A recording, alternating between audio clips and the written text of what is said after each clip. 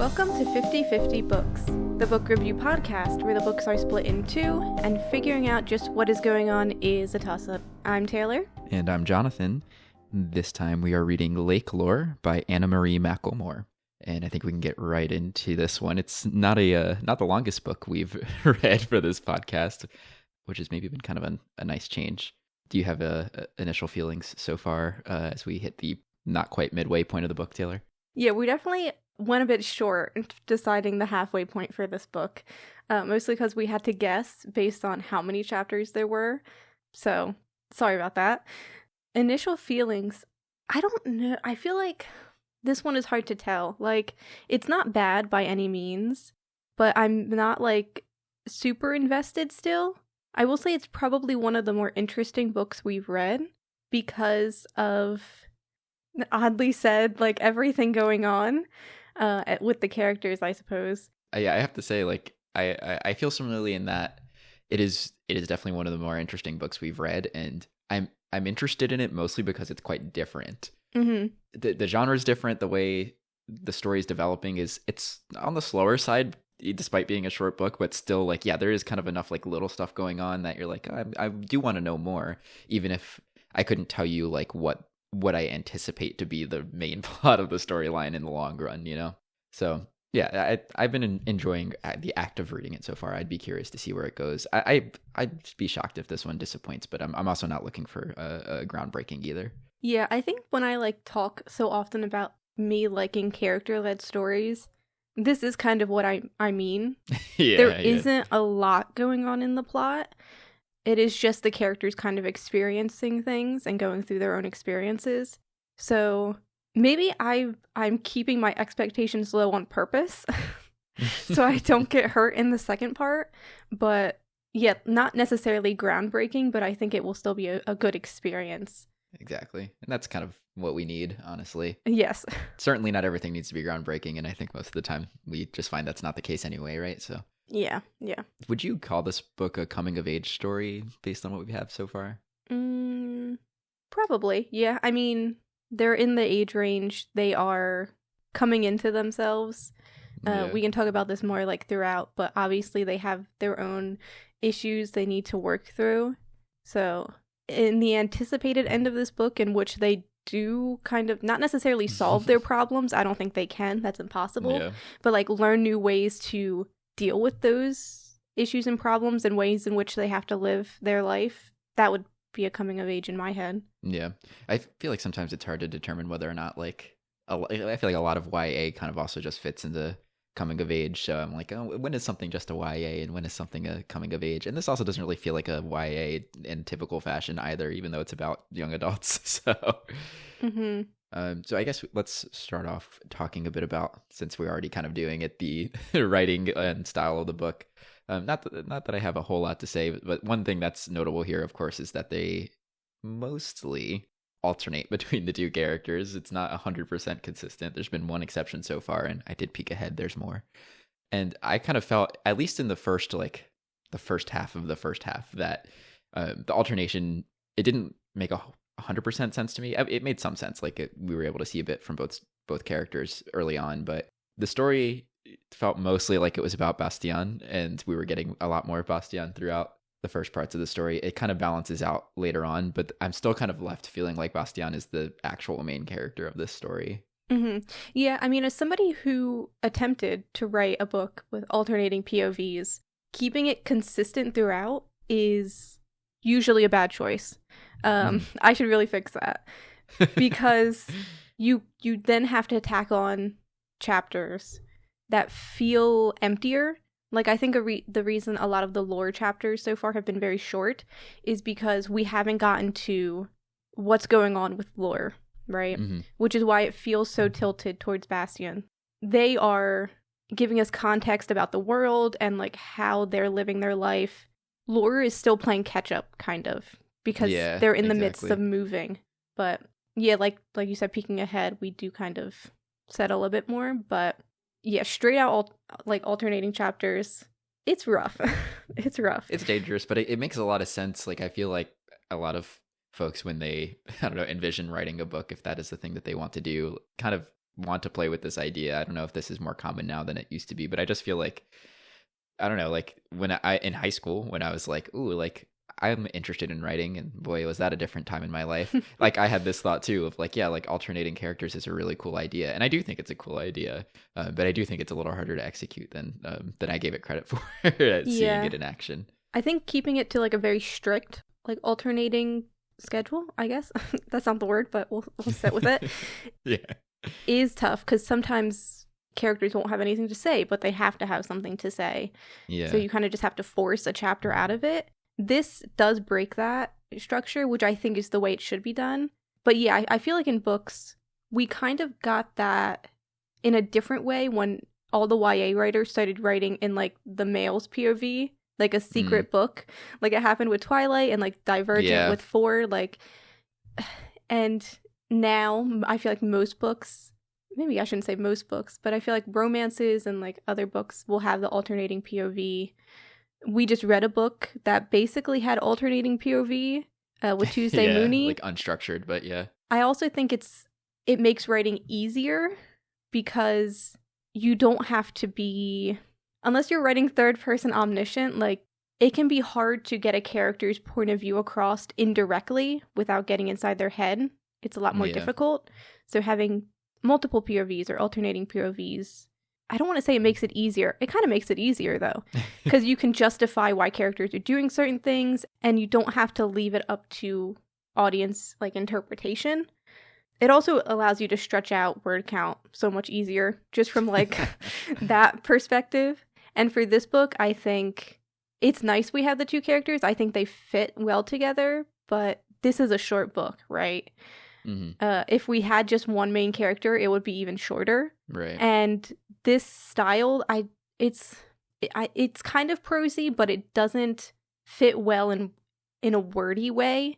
Reading this book, it's kind of like water. Like a lot of it feels very like fluid and almost lyrical for some reason, in my head anyway. Maybe that's because the chapters are so short and we get through things very quickly. So you kind of have to have the two. This is all very technical conversation stuff happening right now, but that's interesting. I can kind of see an argument for needing that too, because you kind of need to sit with the story a bit, right? It can't be too much of like, this thing happened and that thing happened, and then it's all from this one person's perspective, so you don't get to hear any of the other details. You know, I can kind of understand why you would need to fill it out with both characters.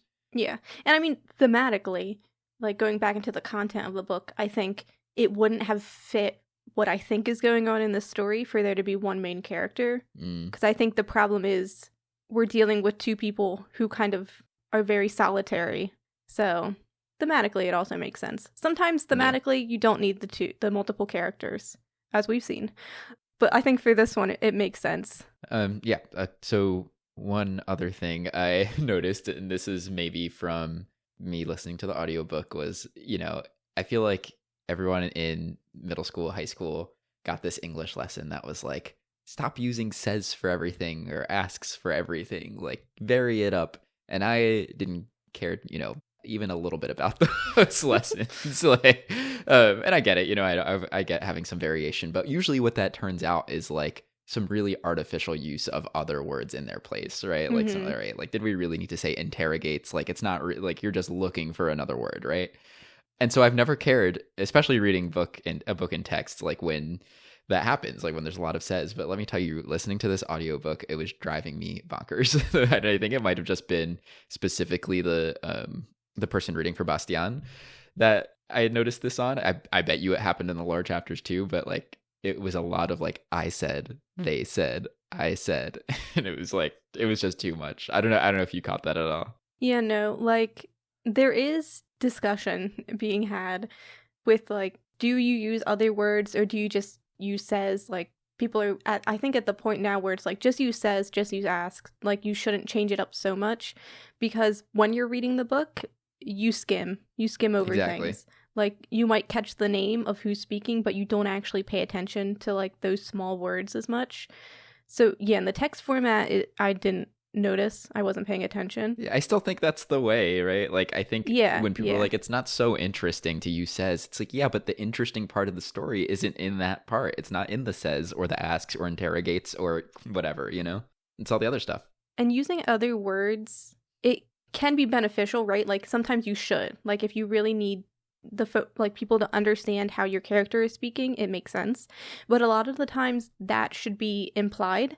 Like the person reading, and maybe this is like not a great system when you're not good at like picking up social cues and things like that, or reading tone, but you can kind of use context clues and like how the dialogue is going and even other things that are happening to pick up on that tone.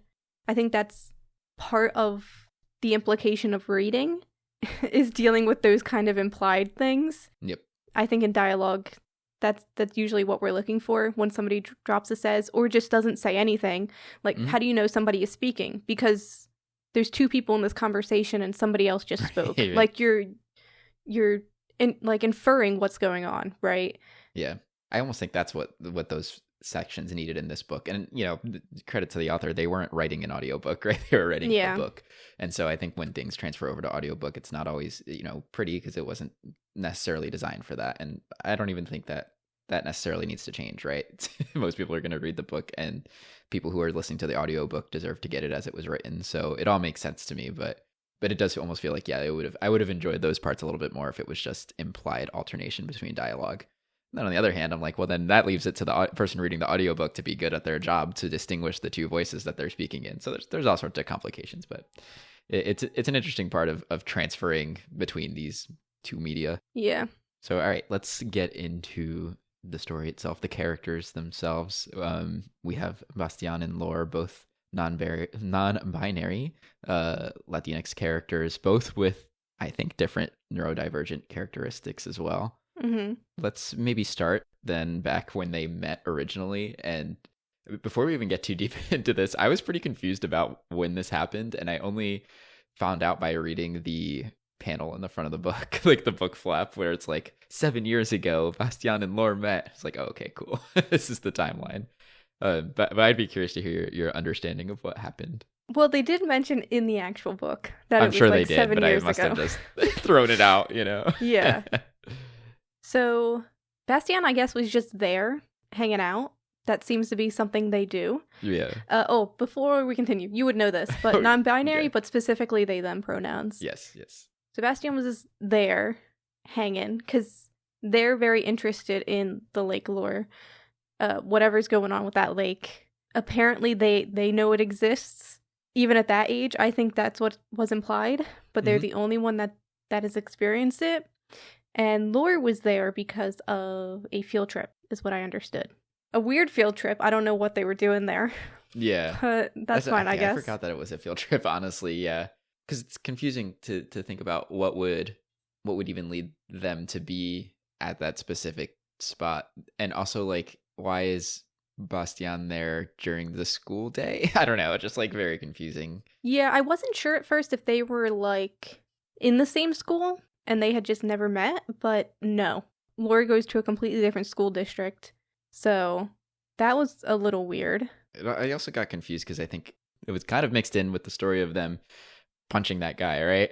And I think that happens in the present, really, right? Like in the more present version of the book. I was confused about like, oh, like Lore is running from the bullies, but also this is 7 years ago. So like, did they punch them then? Or like, I was very confused about how those two things lined up at least in the first portion of the book. Well, I can explain all of this, thankfully. So yeah, Lore does get into a bit of an altercation with a group of bullies. And that's what causes, like, they get into, before Lore runs away, they do hit one of the bullies. And I think that would have been the end of Lore's bullying if one of the girls hadn't seen it and, like, made fun of the bully, basically. So Lore ends up having to run away. They run into Bastián, and then they basically hide under the lake together. And then they separate. They don't exchange names. They don't, it's a weird thing that happens, but Lore doesn't seem fussed, honestly, with the crazy shit that just happened. That's whatever. And I think this bullying continued for Lore, obviously. I think it originally stemmed because Lore is dyslexic. Yeah. Their reading was obviously very hindered, and the bullies would make fun of them for that. And I'm sure that bullying was only added to when, well, I guess also them being a person of color was probably, Probably didn't help. Yeah. But their learning, like, and their reading seemed to really be what, at least in that section that we got, what the bullies were making fun of. And then I'm sure things got worse once they came out. Mm-hmm. Then they got into another fight. And obviously they had been bullied for a while. But because Lore struck first, they were the one that got in trouble. And I don't think they, like, were expelled or anything. I think they were just, like, suspended. Probably. It was like a very normal altercation. Normal question, like, you know, normal, I guess. Altercation. Yeah. But their parents uprooted both their business and where they lived. Yeah. So they could move to this new school district, which is where Bastián is and things like that. So yeah, it's continual bullying, but different altercations happening. I see. Yeah, I feel like I just blended them together when I was listening to this. So I'm glad someone in this podcast has reading comprehension abilities, because I was really struggling. Yeah, I was confused at first too, because there's a chapter where Lore describes having like blood on their shirt, and I was like, oh shit, something really serious happened. Right. And they've like cut off all their old friends and all of this stuff. And I thought something like really bad had happened, but it was just a fight. I mean, still bad, right? Like a kid should not have to go through this. But it was pretty similar to what had happened 7 years ago anyway. Exactly, yeah. So I could understand, like, conflating the two. I did think it was wild that the family kind of up and left because of this situation. I understand that it really isn't just this situation in the long stretch of things, but to me, this doesn't seem like a particularly abnormal teenage behavior, you know? Like, people get in fights and there's conflict and drama. So I was kind of shocked that it was like, okay, cool, we're literally willing to uproot our lives and specifically our business to another location. And then, like, Lore feels so guilty about it all, right? Like, they take all of the blame for it, and that's certainly not helping their situation. Like, it almost makes you wonder what would have been worse. So, like, it's like now Lore has to deal with all of this. Like, maybe if they had just stayed, there was a path to improvement. And I feel like in most cases there is, but I don't know. Parents will do what they want to do, whatever they think is best for their kids. So I get it, but yeah. And we obviously don't want to like downplay bullying. It is very terrible. It, you know, causes kids to do certain things. Exactly. But yeah, the business part was confusing because it's not like it's I don't want to say popular business, but it's like furniture, right? Like furniture it's building, like woodworking and stuff. Restoration, things like that.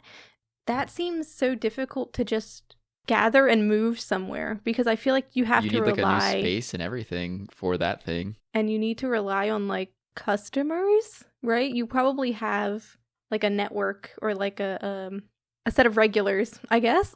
Yeah. because it's basically a family owned business, right? Like, so that was kind of wild, but they do it. And it seems like it's going to be fine. I mean... Yeah, I think at the end of the day, I don't think this is... We're just being us. I don't think the author meant for us to focus on the economics of the move. But it did stick out to me, though. Yeah, I think it was just like a vessel to get Lore to this place where the Lakelore is happening. So it's fine. But it is part of Lore's issues now. Right? Yep. That guilt, basically. Exactly. So...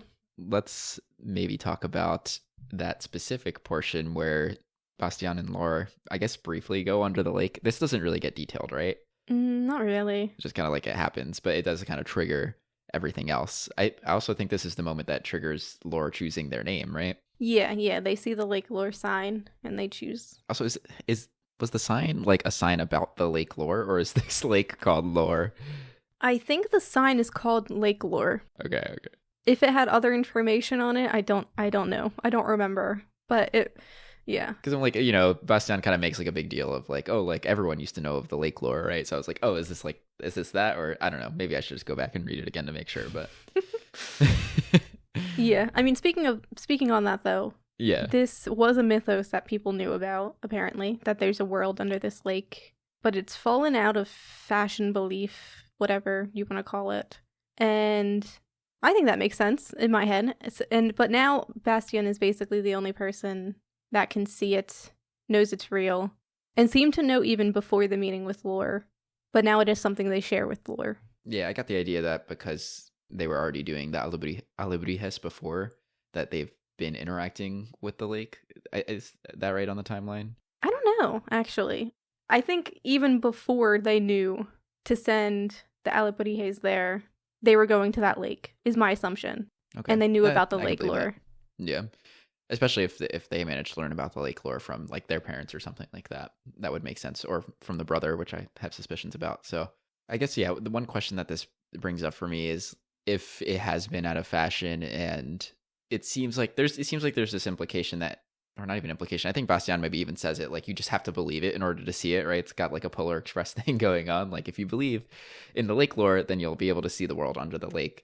But if there was such a gap, like if the people don't talk about it as much anymore and people don't believe in it anymore, like I'm kind of confused about not even confused, but curious about what gives Bastian and eventually Lore kind of the permission to see it.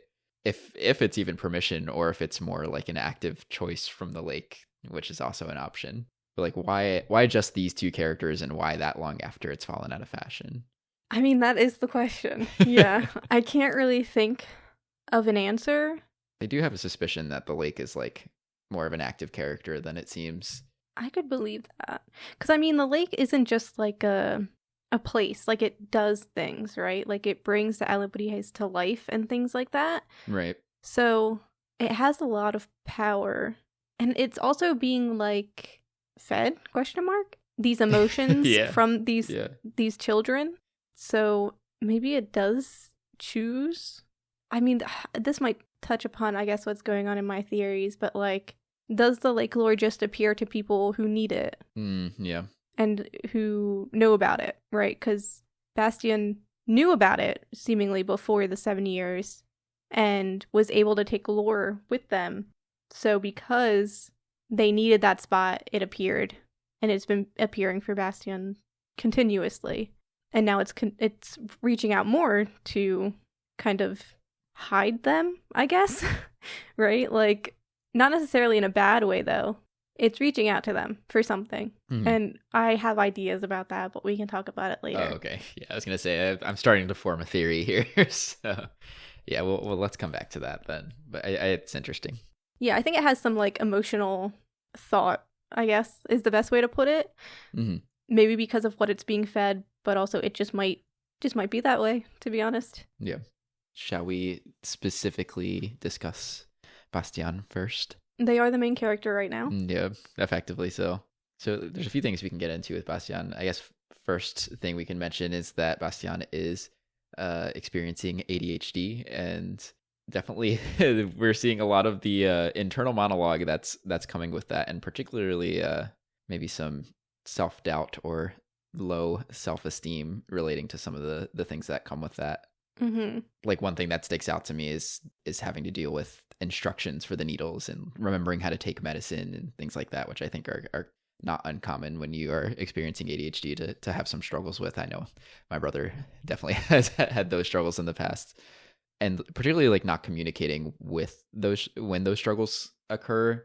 And Bastian goes on kind of a rant about this close to the end of the part we finished reading, of like, well, like, you know, if I have to say that I didn't understand what was happening, then I'm going to have to deal with this sort of response. Or if I say that I didn't say anything about me not understanding, then I'm going to have to deal with this response, and like not wanting to kind of confront the typical feedback that they get for dealing with what are otherwise common ADHD struggles. And it's just kind of, I don't know, kind of sad to watch this young person already feel pretty like down in the dumps, like potentially disenfranchised because of ADHD, which again is like not even uncommon itself. So yeah, that made sense. Like, you know, right? You know, you can't keep doing the thing you're doing, or you need to do something else, right? Like with depression, it's like, why can't you just get out of bed? Why can't you just take a shower? Why can't you just do these things to improve your life? And it's like, I am trying to like, I understand what I need to do, and I understand like you're making sense. Like the things you're saying, yes, I should talk about these things. That makes sense, right? But it's like impossible. Like, it's hard to explain. I think the author did a great job of explaining it, right? Mm-hmm. Of what that experience is like. But living with it doesn't logically make sense, but it makes sense. Mm-hmm. Maybe that's the best way to put it. I don't know. Yeah, it's hard. I mean, from the outside, right? Like, I want to be like, no, like, but Bastian, you do need to defend yourself because otherwise, how are you going to get the health care you need? But like, it does make sense to be like, well, yeah, like I've been through this already. Like, I've been there, and it's really hard. And doing that for years and years, you get beat down for sure. It's just like, I don't know, just goes to show what we already know, which is like society is just not designed for all of the people who live in it. So it's just exhausting, right? yeah, it's just exhausting. I guess the bright side part of this we can talk about is that the struggles Bastian has with processing things that happen in their life, especially those having to do with ADHD, their brother gives them a pretty good tool, I think, to kind of reflect and address it, which is making the alebrijes. And the way that Bastian describes it is kind of like, I'm writing, I'm like putting into the alebrijes things that I effectively felt bad about, like, the responses I've had to people, things that kind of make me, in simple terms, I feel like a burden to other people and sending them off down into the ether. Does that feel right? Yeah, I mean, this is great therapy, basically. Yeah. Antonio truly gave a gift because this is how you work through your problems, right? You work them out in some way. Some people do that through like exercise. Some people do them through crafts like this or like baking, cooking. You've heard of stress baking, I'm sure. Mm-hmm. Been there. Yeah. You work out those emotions and those experiences. And I think they don't let things go. So it's even more important for them to kind of, I mean, it's good and it's not good. Because I feel like part of it is like compartmentalizing your issues and giving that experience and that worry onto a specific object, but you still are holding on to it, right? Like you've now given it a form and you remember it completely, which is something Bastian mentions. But the idea of it, I think, is very good. They just have to reach that point of like, you're working out all of this anxiety and negativity. You actually need to like let it go now, right? Mm-hmm. Like you're putting it into the thing to let go of it. You need to actually do the letting go of it part. Yeah. I do think there's like maybe a missing step, or just there's a part of it that's not happening where, yeah, like not everything should just get let go without any sort of addressing, right? Like sometimes you kind of need to think about it a little bit first, and like why did this thing land where it is now, and being sent off to the Netherland, like you kind of have to address it first before you can actually fully let it go. Just saying I'm going to let this go can be insufficient. Yeah, they do need to reach that point where they're putting it into the thing, but then you also need to like take that experience and be like, okay, now how am I going to do something different? Yeah. Like, not necessarily that this won't happen again, but what am I going to do if it happens again, right? Like, or what can I do so it might not happen again, or so I don't worry so much about it happening again. There is like the learning part of it that needs to happen, which is harder, right? It's harder when we talked about you get into those cycles where it feels like you want to change your behavior, but you can't. So it is more difficult, right? But it is still part of this therapy, basically. It is therapy. Yeah. It needs to happen. And it's not going to happen every time, but you can't just get rid of the feeling and then not expect it to come back. And they don't. Like, they do expect those feelings to come back, but what are you doing to mitigate that, right? Like, what are you doing to try and make it so it doesn't happen again? The difficult part is, if you want to get out of the cycle, you do have to eventually do something. Mm-hmm. And that's a lot to put on a teenager. But I mean, that's what it is, right? It's part of the growth that they have to go through still. I think, so definitely you're on it, I think, about the compartmentalizing. Like, they've turned the lake into the compartment, right? That's where it's all going. So that's part of it. I think they did choose some interesting words in talking about it, of like, this is where I put some things that I don't remember if they exactly said burden other people, but that's how they described it, of like, this is kind of like how I take those parts that other people respond negatively to and get rid of them. And that's the part that I kind of hope they shake by the end of the book, because it does turn it from an activity that helps you feel better about the things you're experiencing to like a job that you feel like you have to do in order to be just a decent person. Yeah, because Bastian notes sometimes their tone is off, or they say like a random fact or whatever, and I think anyway, they like see those things as part of those burdens, right? Like they're not acting correctly, quote unquote, acting correctly. And that might be stuff that they try to work into the alebrije because they've ruined the conversation, or they think they've ruined a moment, or like they're getting so in their head about those things. But these are not some of the things you need to worry about so much. I mean, at that point, you're just bringing you to a conversation, and that's okay. Like, people will have their reactions. That's not your fault. Right. And so, yeah, there are some things you work through, you learn from, you try to change, but there are also some things you don't need to obsess over, because they're fine. They're completely fine. Particularly the ones that aren't actually like, well, especially ones that are too hard to change, I'll say. Yeah. Or just like ones that don't really have the effect, right? I think it's been very easy for Bastián to get into an anxious circle of like, they must be reacting this way, feeling this way because I did this thing, and kind of assuming people's reactions, or even if they are having those reactions, assuming responsibility for them. And in a lot of the cases, that's too much. Yeah, like you can't control how other people are going to view you or feel about you. I mean, you can try and change yourself, right? Right. But you shouldn't. Definitely bring your best version of yourself. That's fine, but it's still got to be yourself. Yeah. And there are some behaviors that you're never going to be able to change because they're just part of who you are. And they are never gone completely, and they will never leave you completely. But how does a teenager know that distinction, right? Exactly. Like, even adults don't know that distinction. Exactly, yeah. I just hope for better about this whole process, because it really is such a cool, like, interesting, like there's a cultural aspect to it that they get to connect to, and then there's the personal, like, mental health aspect. Like, it's what a great tool. So I do hope it comes to serve them more in time. Yeah. The only other note I put here is this, I think we're going to have more conversation about this later, of like, when does the lake world leak into the real world? Like, Bastián's big moment with this, I feel like, was when getting that injection. Well, I guess there's more than one big moment for these characters, but like a big one was them getting the injection and kind of starting to experience the leaks of alebrijes and whatnot from the lake world into the real world. Because I'm trying to figure out, like, is this leaking happening just around like negative things? But you would think that the injection itself is a good thing. It's a thing that Bastián wants. But then there is also kind of the anxieties that they experience about, like, I need to remember these directions, and like I really struggle with this stuff. And I think in some of the later instances of the lake coming out, it does kind of happen around at least strong emotional moments, but typically negative ones. But this one, that one, it threw me for a loop, because I was like, no, this isn't all negative. So what part of it is it? Just negative versus positive? Is it just emotional intensity? Like, what is it that's causing this leak? And that scene in particular with Bastián brought that question to the forefront. Yeah, I think a pattern does start to become more apparent later.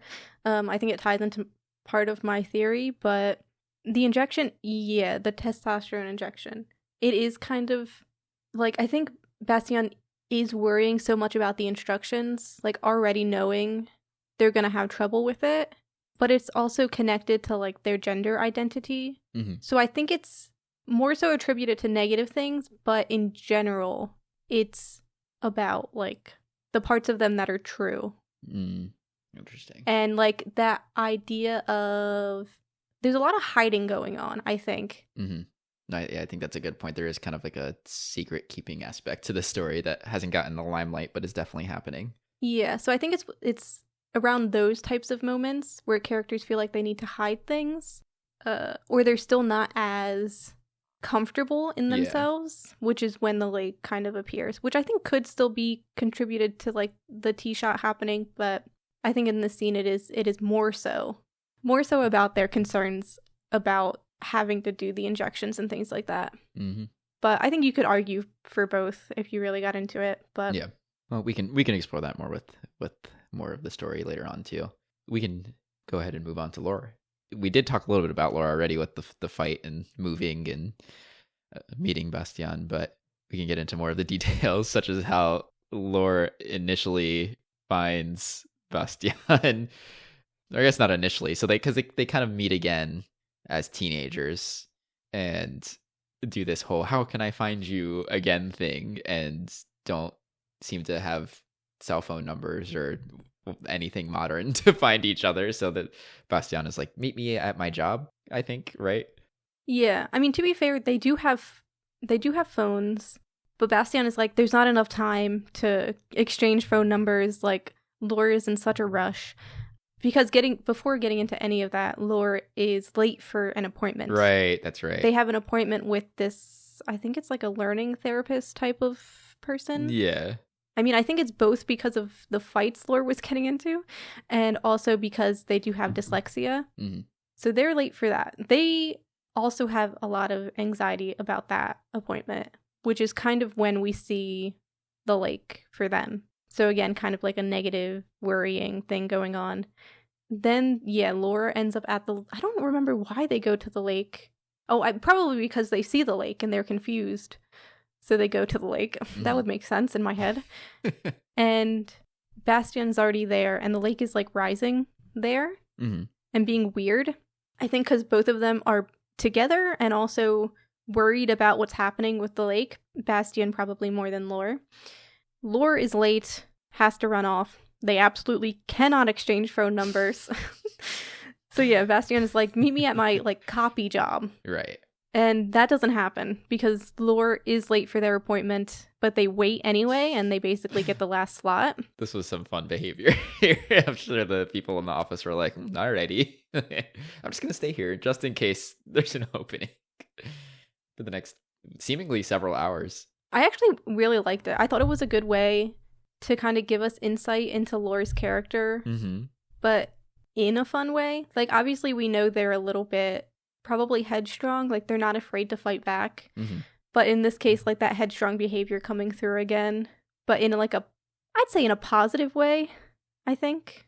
To a degree, because then there's the whole, like, now I'm going to bring out a book so it looks like I read. And, like, there's these other kind of anxious behaviors that happen after making the decision to stick around that I think maybe aren't super positive. It is performative, but I think it's better than if they had just left and given up. Like, they do want to do what they're supposed to do. Like, they do want to help their parents. They do want to not necessarily correct their behavior, but, like, how do I phrase this? Like, they want to do the right thing. Yeah, and they want to make a good impression. Like, they don't want to be recategorized as something they don't feel that they are. Right. Like, this is not a person that is hateful, right? Of the people around them and the system around them and blah, blah, blah, blah, blah. Like, I think Lore does just want to be normal.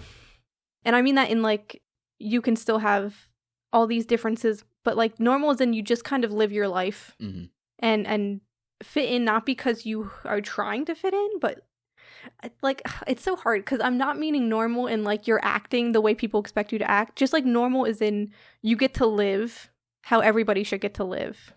Does that make sense? Yeah. You exactly, yeah. It's more of living a normal life as opposed to being a normal person. Yeah. Everybody should get to enjoy their life and, like, live it. I feel like your needs are met and stuff, yeah. Yes, that should be the normal life experience. And I think Lore wants that, so they stick around. That was a very long way of saying, I guess I just liked this moment a lot. Yeah. It is kind of, like, pretentious, right? Like, to expect you're still going to have a spot even though you were late. Like, you should have kept your time better, that kind of thing.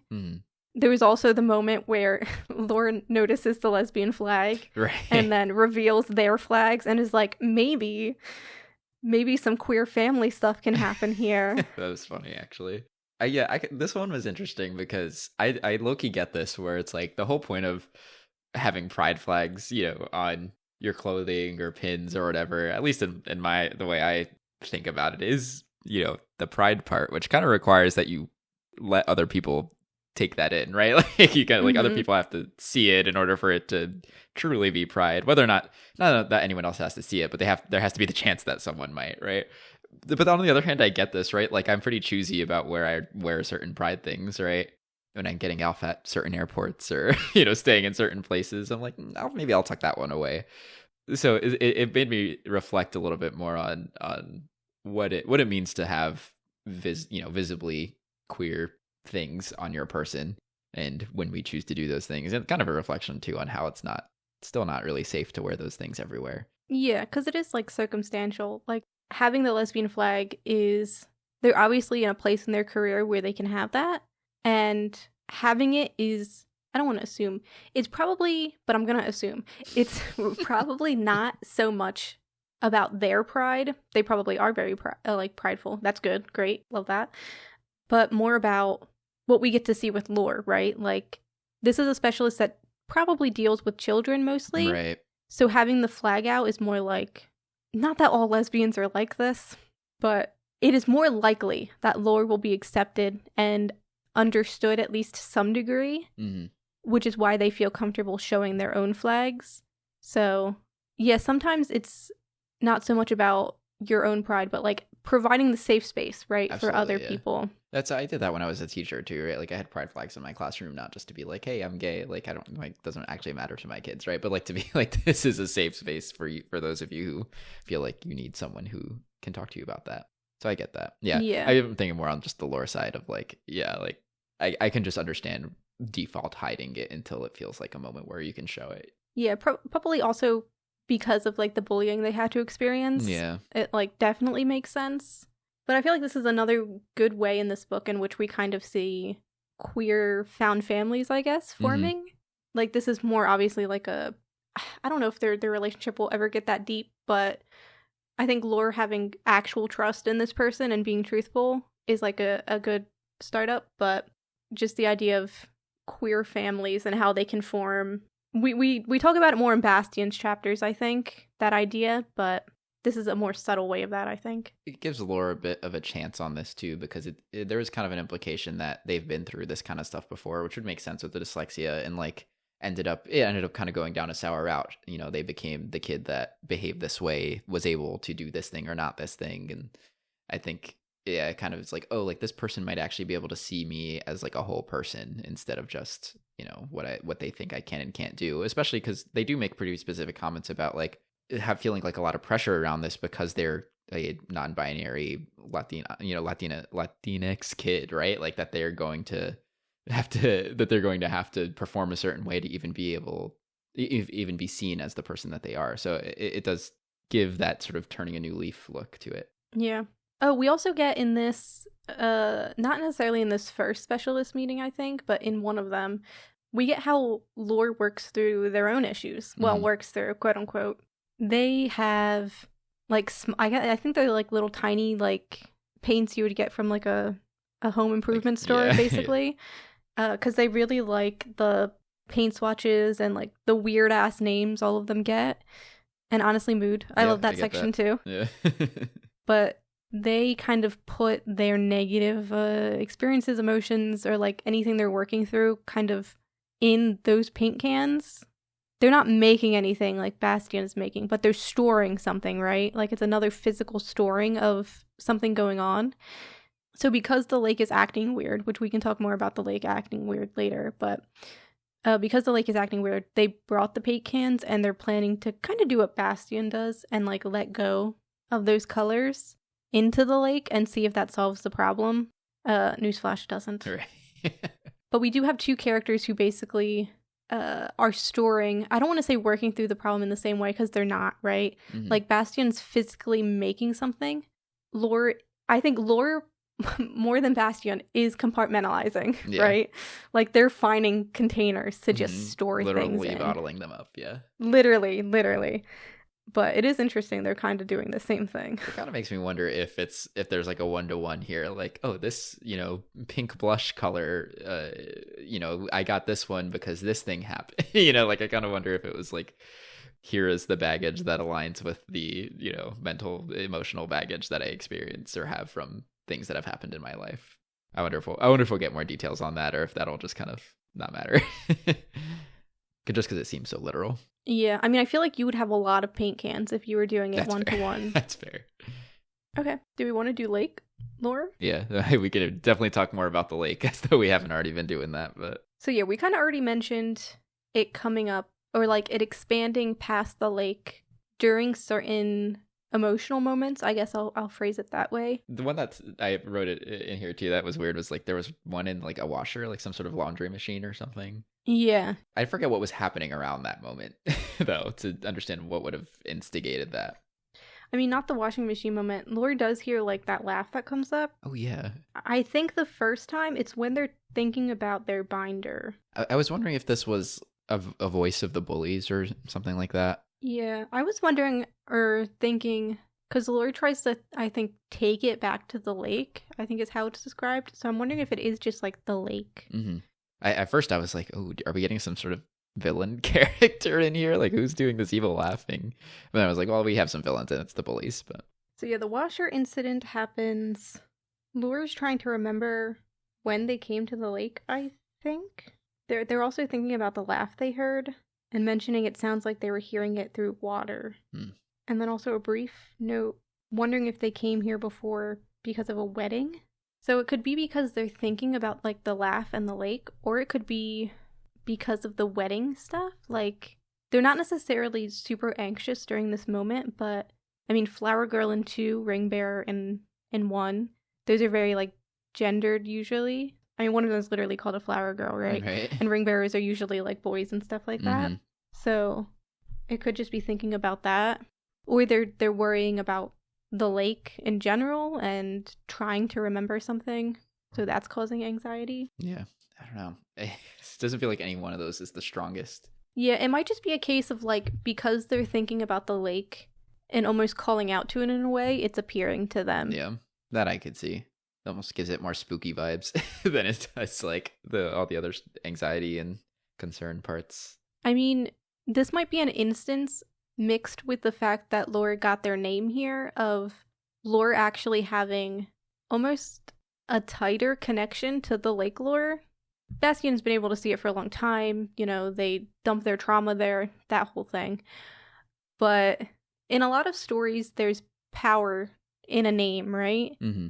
So the fact that Lore got their name there and they're hearing this laugh as though through water, right? They might just have some kind of deeper connection to it. I can see that. But it might be hard for us to think that because Lore hasn't gotten as much attention in the first part of this book. Mm-hmm. But that may shift, obviously. I mean, there's already, like, hints of Lore being like, the lake acting up, it's all my fault, which could just be normal, like, you know, guilt bullshit, which Lore deals with. But it could also be like, this didn't start happening until Lore was here, right? Right. That's when it all kicked off. So it could be Lore. It could just be something with Lore. But yeah, other instances are, like, usually them having some kind of anxiety, either about the lake acting up. I think because in Bastian's case, they're worried about literally all of the things they've tried to hide, basically, coming back. Because the Alabrijes have already tried to follow out of the lake, right? Like, right. They don't ever dissolve. They don't ever leave. They're always trying to come back. And Bastian has to be like, no, you go, you stay there. You are the bad parts of me. You stay in the lake. And this, I think they literally say, like, that's the bad stuff. And this is, the outside world is the life I'm trying to live now. Right? So they're creating a very clear distinction. But it's you know, that doesn't work out. That's not how that works, really. Yeah. But we can try. There's kind of an interesting thing happening here of them, like, kind of both taking different kinds of blame for what's going on with the lake, right? Like, well, Laura's like, well, I just showed up, and Bastian's like, well, like, I'm kind of responsible for the lake. So I guess the answer is probably, like, it's responding to both of them, so they both have some part of this, and maybe it's the confluence of two of them. But it is kind of just funny how they, like, it could just be neither of those, right? Like, it could just be the thought that the lake is an active character and is actively reaching out to them and making its own decisions about how it should present itself. Yeah, because I mean, at first I had the thought, which still might be true, I guess, that Bastian had just filled the lake too much, and you've poured all this negative kind of energy into it, and now it's kind of being affected by it, right? It's overflowing, right. And that could still be what's happening. But I think we are kind of leaning into, with, like, the laugh going on and things like that. I wouldn't be surprised if the lake was an active, basically, character, right? Like a formless entity. Right. Entity is probably the right word. The entity is also fed up, I guess, with these children, like, just pouring their issues in. as if they are, the compartment. It's like, that's not how this works anymore. It is interesting, though, because the lake is described as being kind of beautiful, like the lake world of full of these alebrijes that have all these colors and different like animal features going on. And even like, I mean, questionable adding paint to a lake. Don't do that, kids. But like adding in this paint aspect of like, okay, now there's even more color, right? Like more, I don't know, interesting aspects to see in the lake. So it's interesting that it's almost described in a alluring way, despite the fact that, yeah, hypothetically, the reason all those alebrijes are even there is because of all of this negative output from Bastián. So I don't know, it's hard to tell what I want to say what the character is. Like what is the aspect that it's coming from? If it is a character, like, is it because it's all the negativity? Like, it's hard to believe that it's just that when it displays so beautifully, but then obviously it could go deeper than that. So I don't know. Yeah, I have some ideas, as I usually do. It's the last few things we can talk about before we get into theories. Yes, it will be just kind of some of the relation between these two characters. And one thing I definitely want to talk about is how the queerness is presented in this book. And I don't even mean like overall. So like I would like just to talk about kind of in the beginning. I had this thought come to mind of, it's interesting to see that the way the queerness was introduced in this book was kind of just the characters meeting each other and kind of just giving each other that side of like, oh, I think we have a connection point here, without really having to say anything. And the reason why I think I appreciated this is I do feel like I've started to read some other like either I guess mostly YA, but just like LGBTQ plus fiction that tends to be like really over the top right from the beginning of like, and everyone to their own, this is not a problem, but it maybe doesn't appeal to me specifically of just like, I am super gay. Look at how super gay I am. Let's do lots of gay trope and stereotype to just show everyone how gay I am. Like, cool. We need all sorts of representation, so I'll take it. But that just doesn't appeal to me. So to see it just kind of feel a little bit more natural of like, oh, like, hey, like I see you, and that kind of be how it starts. That was kind of, to me, comforting. Yeah, like there is an awkwardness, right? In trying to put into words like being queer. And like, I don't know how to describe it, I guess. For me, the looking in like a very personal way, the looking at each other and just kind of knowing, like, it makes sense. Logically, I understand. That does happen sometimes. And we've talked about this before of singular experiences in a book. They don't have to be all encompassing. I think it's impossible. Mm-hmm. We really talked about that in Midnight Library. Like, this doesn't have to be the book that represents everybody entirely, completely. But like in my experience, I guess as a non-binary person, looking at somebody and being like, oh, you're wearing like the loose clothes and your hair is cut a certain way, and like all of these things, they can give you a hint of what's going on.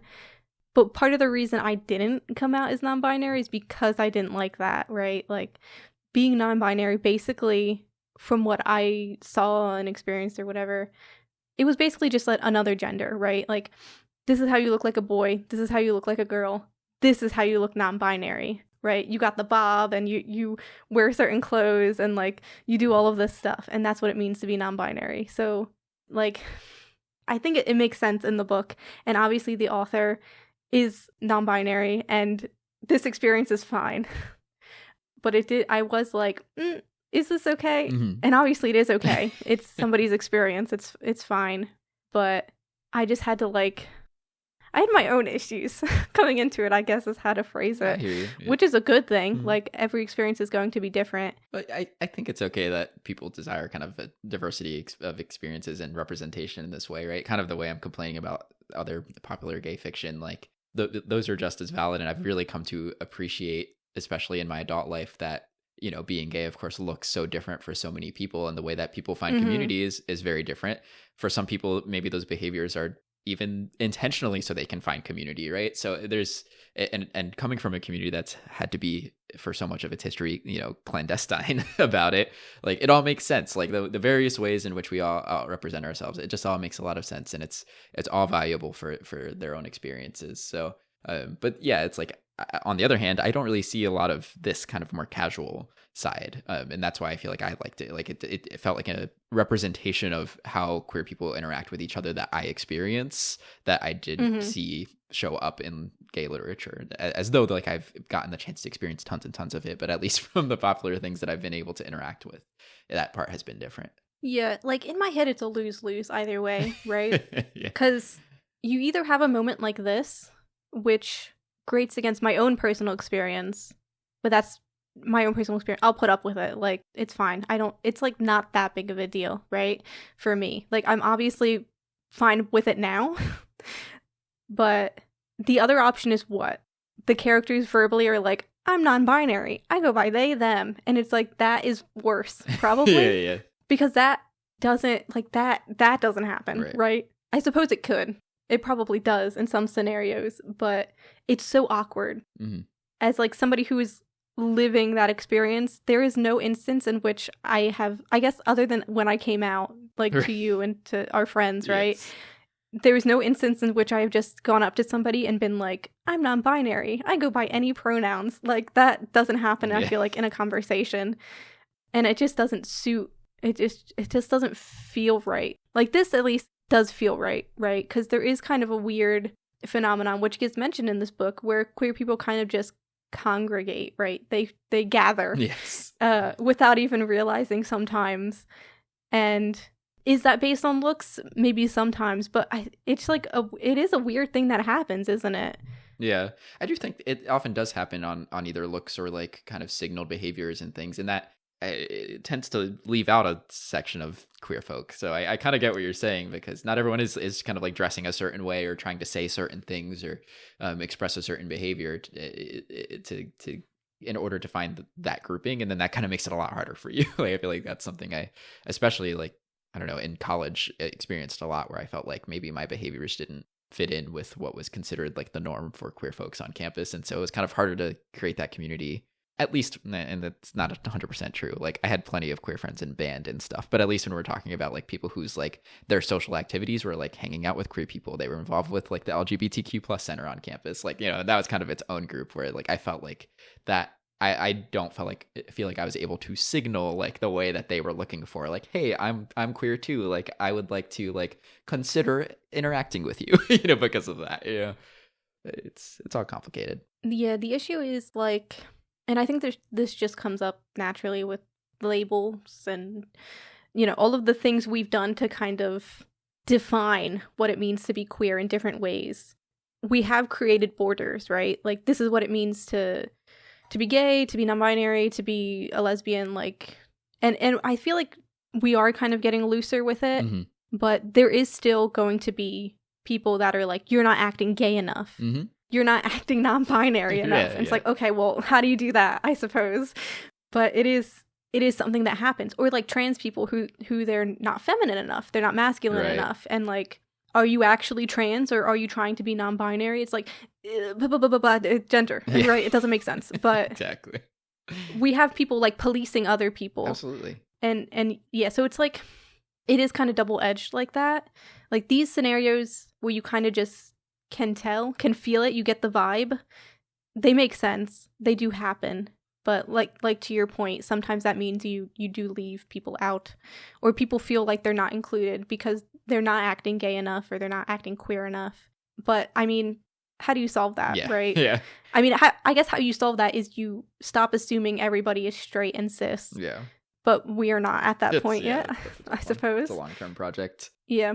This is an interesting conversation, because it makes me think about like where am I in this kind of, where do I feel like I exist in queer community, and like how I interact with new queer folks, you know, especially just how different that was for me. You know, I talked about college, like how different that was for me then versus now, where I feel like, you know, like all of my friends are queer here, you know.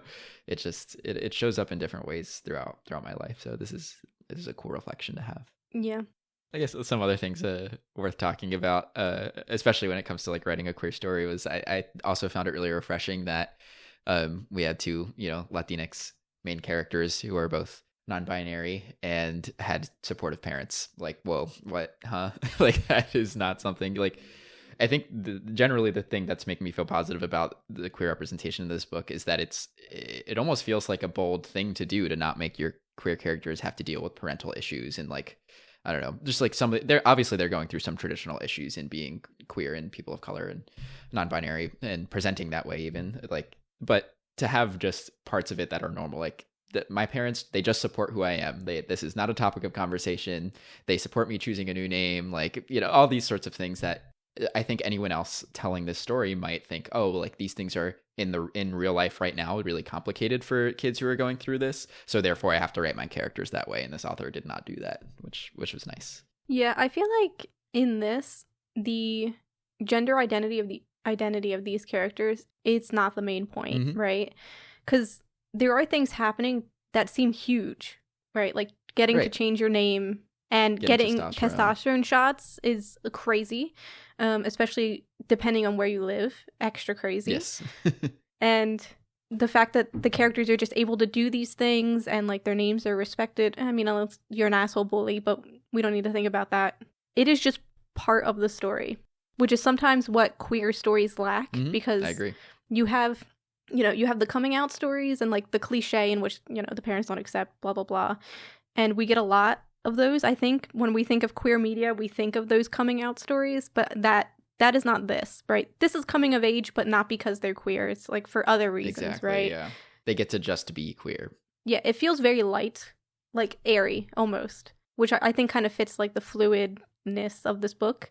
That's not such a big deal. And it's in great contrast to our last book where our one main queer character was called an F-bomb by the end of the book. So it's much more positive. Yeah. No, it's like a step towards normalization, right? Like where books get to just have queer characters, non-binary characters, and that is not what the book is about. Totally. Yeah. I think the last thing to talk about with Lore and Bastián as a duo is some light references to potential romance. And I guess just whether or not we think that's where this is going. I mean, I don't think it would be mentioned if it weren't at least a little bit going that way.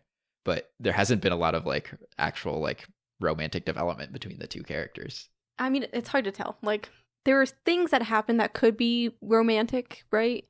But because this is a queer storyline, that isn't the assumption that needs to be made with what's going on. One moment, which is where we ended, that really sticks out to me is Bastián like hugging Lore and feeling like they can stay still, which is so different from how they've experienced the world before. So like something about Lore is special, and that could be romantic, but that could also just be like platonic soulmate vibes, right? And I think because this book is queer, romance doesn't have to be the assumption, but I think it would still fit if it was. There's always the slight worry of like characters becoming codependent and solving their issues because they're together. I don't think this one will go that way though. Yeah, I don't think so either, because I think what we're dealing with isn't like typical coming of age stuff. Like it's dealing with ADHD, it's dealing with guilt, it's dealing with dyslexia and things that aren't really tackled as clearly as they are in this book. So I think, and the way the characters have been working through their issues prior to knowing each other, at least one of them it's been pretty healthy except for some bits. So I think the goal of the book is to continue those healthy habits and have the characters grow separately, but also I think they need to grow together, but in a healthy way. Yeah. I think at the end of the day, yes, they're on two kind of similar but individual journeys. So I can definitely see a version of this where it does kind of end in a like, oh, like our characters are going to get together, and I think I could be happy with that and fine with that, as long as it doesn't try to become the focus of the book at any point in time, because right now it's got a really good thing going for it. And so, yeah, it doesn't give, you know, there's only been 2 mentions of it that I can remember. One was, I think, Bastián's mom was like, oh, you like them, you know? Yeah. And it turns out that's not what they said. That's not what the mom said at all. Right. So there was some projecting happening there. And so it's like, okay, maybe that's the sign. But so yeah, I could see those sorts of things hinting in and being acceptable. So I think there's a version of it where it could end with them together, and it's like, well, where did that come from? And a version where it's like, oh, I wish it hadn't just become a romance book at the end. So there's like there's a space it needs to live between in order for me to enjoy it. But I could enjoy that. Yeah, for me, romance hater number 1. I actually would be completely fine if they ended up kind of together or like hinting at being together, but also completely platonic would be fine too. Yeah, absolutely. I'd be fine with either, I think. So, I don't know. I just trust this author, I suppose, based on what's happened so far. I agree. But speaking of end times, do we want to talk about theories? Let's do it. Well, I'll let you take it away first. Yeah, mine's I basically just have one very long-winded theory I was thinking about while reading this, which we've talked about a bit already, right? Like the Alebrijes being the bad parts of Bastián and them compartmentalizing, both of these characters compartmentalizing. And while they're dealing with their issues in a semi-healthy way, they're working out their emotions, they're still not, they're acting as both they want those negative experiences and emotions to be gone and not part of them anymore because those are the bad parts of themselves, and not being able to let them go completely. They're thinking in such extremes, right? And like we talked about, like some of the things Bastián is probably working through, like yes, you need to simmer your emotions and like kind of work through those high energy feelings, but not all of it is so bad, right? Not all of your behavior can be changed, can be fixed. Mm-hmm. Or should be, yeah. Yes, yes, of course. And so part of the problem with the lake is you trying to hide away these parts of yourself, right? Either the gender stuff or more so like the neurodivergent parts of yourself. You can't just act like they don't exist, and you can't just hide them, which is what both characters are doing to themselves, really, and the people around them is really the main point, right? Like Bastián feeling like they can't talk about the issues they're having, mostly because they know how the conversation is going to go, but that still feels very isolating, right? They're both very isolated in these experiences. Although Lore, I think, mentions their mother also is dyslexic, but obviously Lore has other things going on that kind of separates them. Mm-hmm. So we have two very isolated characters who are trying to work through their issues in separate ways.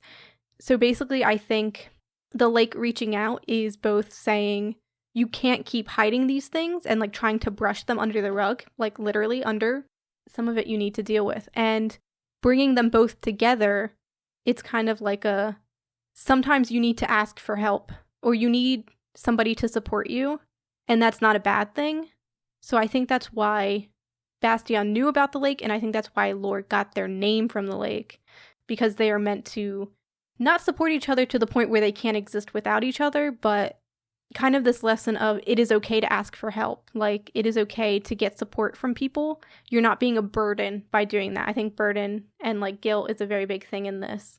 And I think that's also why the lake is so colorful, because there are some parts about being neurodivergent that are difficult, but it is so different from the normal experience. And that's not an inherently bad thing, right?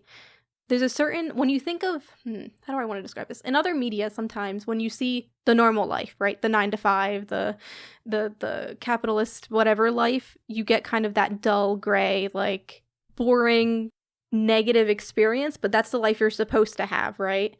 So I think the lake being colorful, it's kind of like not all of, like some of this is bad and you'll have to deal with it for the rest of your life, but some of these differences, right, should be celebrated.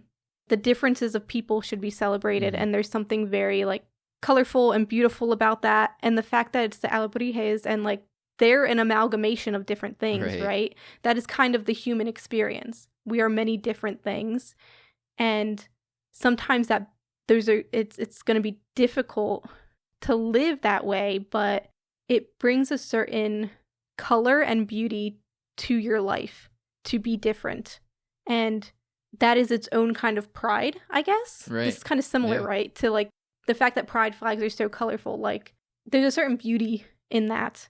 I don't know if I explained that very well.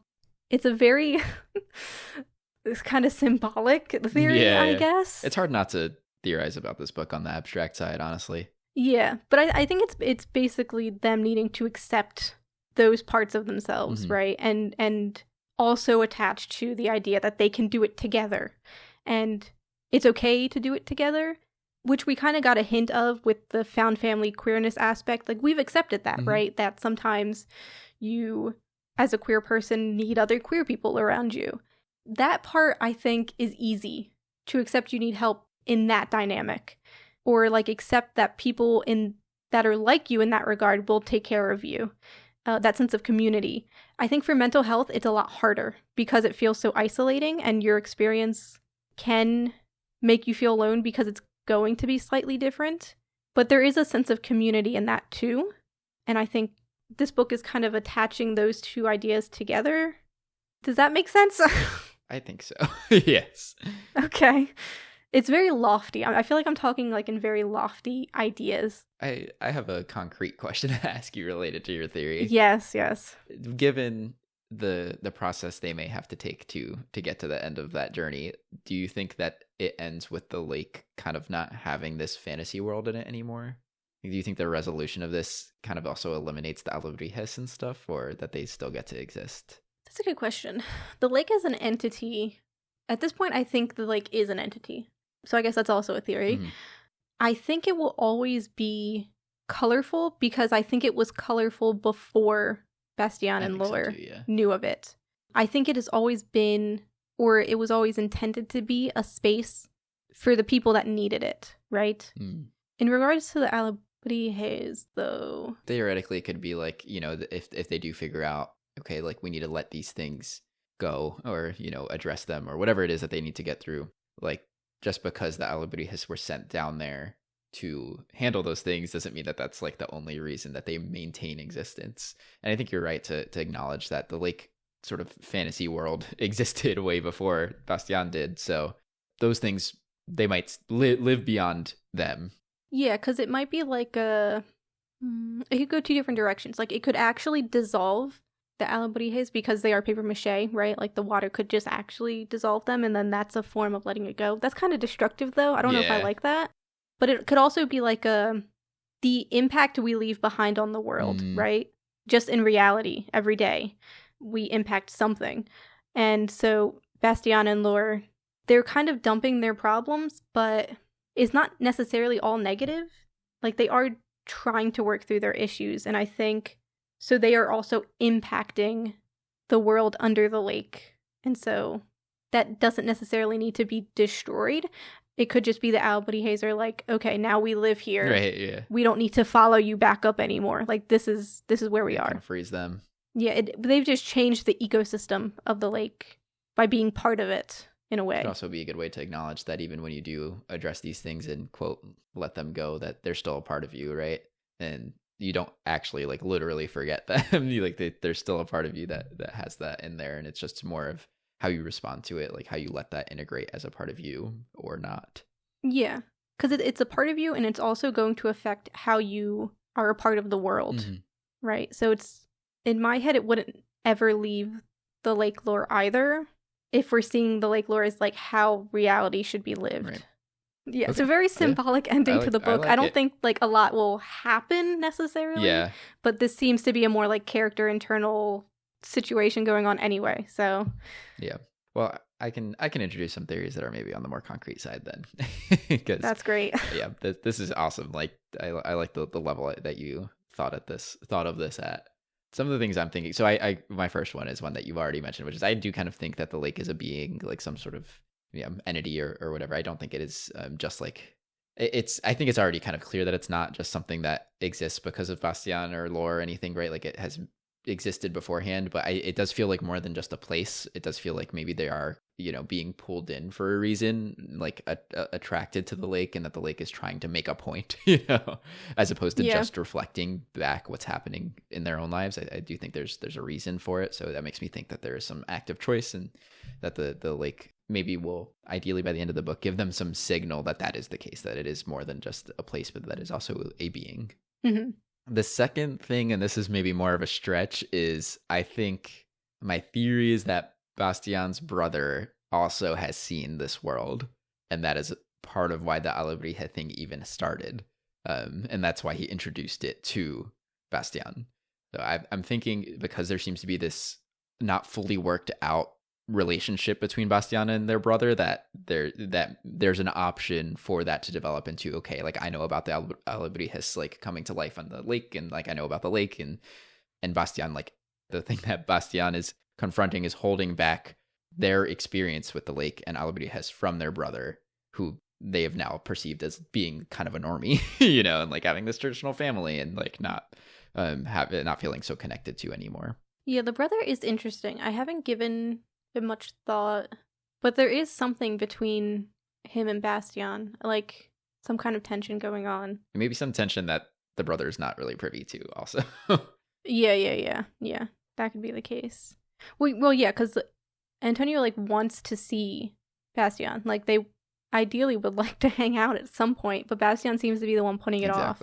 But yeah, it could be because Antonio left, got a seemingly normal family. Or like maybe even like Bastian is just embarrassed about how they interact with the Alobrijes and like the lake and all that and doesn't want it to end up coming out. Yeah, because I think they mention at some point they're like getting rid of the Alobrijes. Like obviously they didn't know at first that they would come to life in the lake. I think they were trying to get rid of them, but like secretly. Right.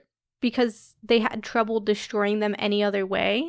So like, yeah, another aspect of them hiding something. But I also think it was like they were accumulating so many and making so many, and they were embarrassed by that fact because it's like you have this many issues, like that's kind of crazy. Right.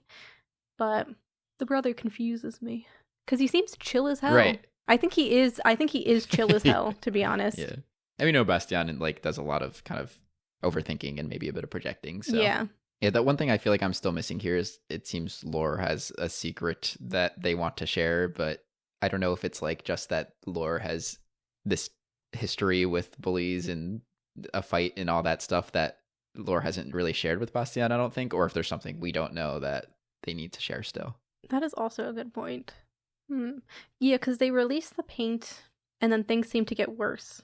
So you could make the assumption that there is something bigger you're hiding that needs to be like released and worked through and blah, blah, blah. I think that last chapter ended with Lore being like, I need to tell Bastian. I'm like, tell them what? Like, what don't we know yet? Did it? Yeah, I thought so. And this is where we find out we didn't end in the same spot. I ended on the Bastian chapter where they hugged.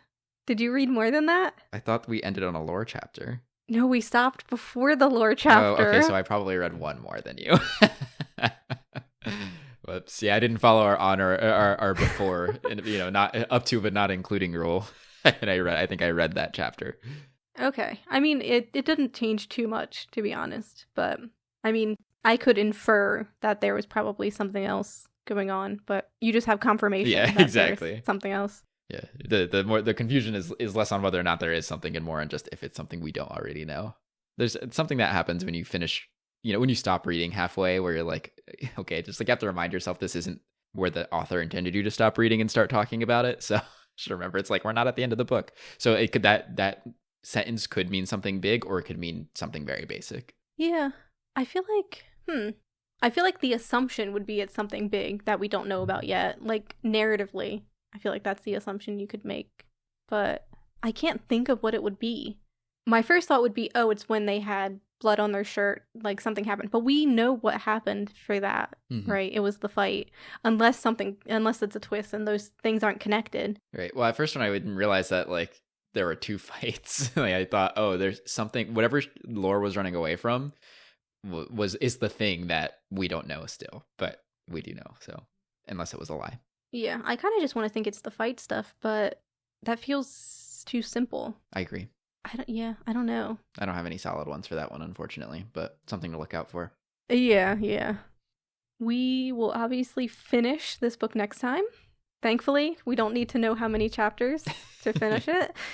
We'll definitely be at the same part next time we talk. Definitely not one chapter off this time.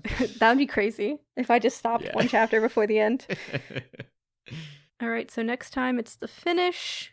And we'll also let you know whatever we decide to read next.